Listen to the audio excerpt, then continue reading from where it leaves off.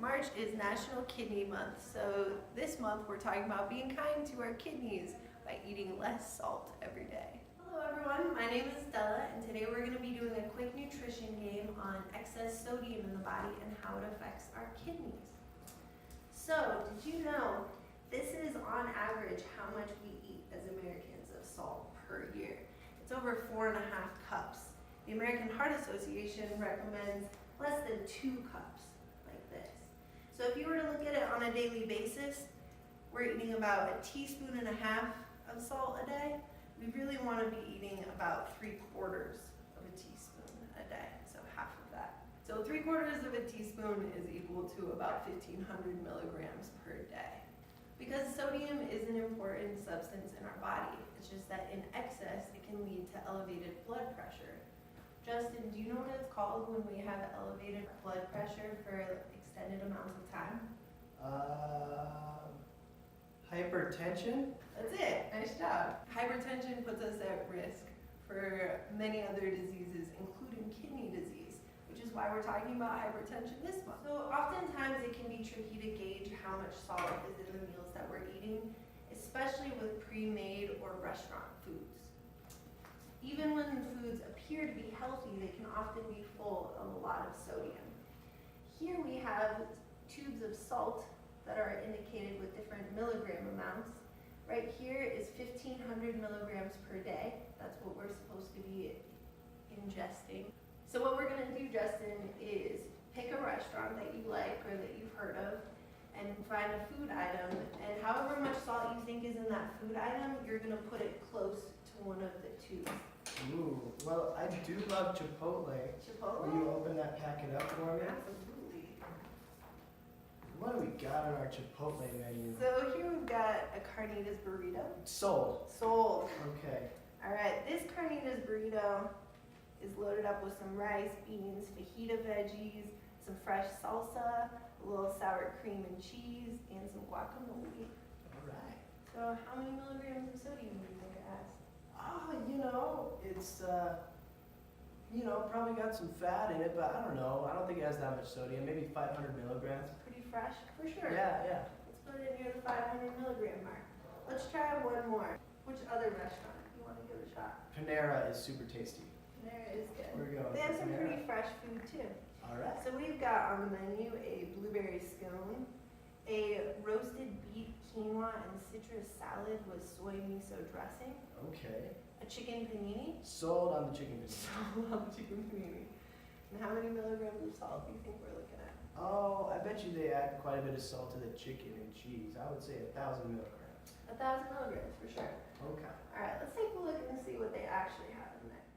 All right, so we have our carnitas burrito right here, and Justin guessed about 500 milligrams. Remember, we're supposed to stay under 1,500 per day.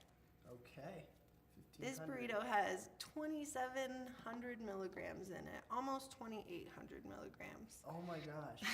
Chipotle's been poisoning me, essentially. And it's hard too, right? Because it's not deep fried. You would think that it's going to be on the healthier side. Let's look at this chicken panini.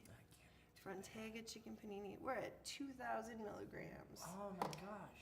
So, both of these items exceed what I should eat in a day? Yeah, they're pretty loaded up with salt. The thing is, with pre-made foods and restaurant foods, restaurants find it, or companies find it easier to load it up with salt because it preserves the food and it's a cheap way to add flavor.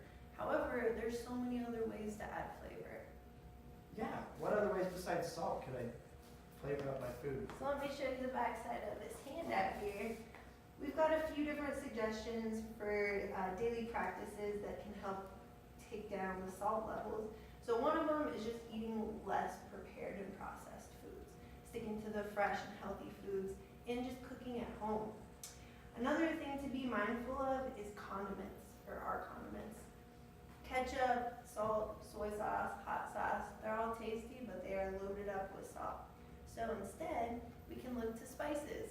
Spices are a healthy and can be an affordable way to add flavor to your food without adding all this excess salt. If you want to shake it up a little bit, you can try different spice combinations. And if you have no idea where to begin, come to a Metro cooking class. Why would hypertension lead to kidney disease? That's a great question, and I'm actually going to bring out a professional to answer that one. I'm so glad you asked. So hypertension actually has a lot of different effects within our body on many different systems and organs in our body. So we're talking about the kidneys this month. Hypertension over long periods of time can lead to hardening of the arteries in our kidneys, which can actually lead to our kidneys becoming hard and working harder too. When we think about our heart and hypertension, high blood pressure can make our heart work harder over longer periods of time, and it also increases the risk of coronary artery disease that can lead to a heart attack. Wow. And a stroke is basically a heart attack in your brain. So hypertension can increase the risk of a stroke as well. Why do you think there's an eyeball on here? Our eyes, Sure. our eyes are actually affected by hypertension too, with non-inflammatory disease of the retina. Our retina is a sensory membrane in our eye. And so that can have some serious consequences for our sight if we have hypertension over long periods of time. Inside of our arteries, hypertension can lead to atherosclerosis, which is hardening of our arteries. So it makes it harder to pump the blood through and can lead to different things like the heart attacks that I was talking about. Thanks for asking. So why is it that it's 1,500 milligrams of sodium that's recommended? I heard it was 2,300 milligrams. That's a good question. I'm going to bring out our frequently asked questions, Jeannie. Wow, another great question. So 2,300 milligrams of sodium a day is what the Dietary Guidelines for Americans recommends. The American Heart Association recommends 1,500 milligrams a day. But the Dietary Guidelines for Americans also says 1,500 milligrams a day for anyone who's at risk for developing high blood pressure. So we're going with the American Heart Association, which is the recommendation for everyone. So here's a handout for you to take home today. Some of the ideas we talked about in reducing sodium in your diet.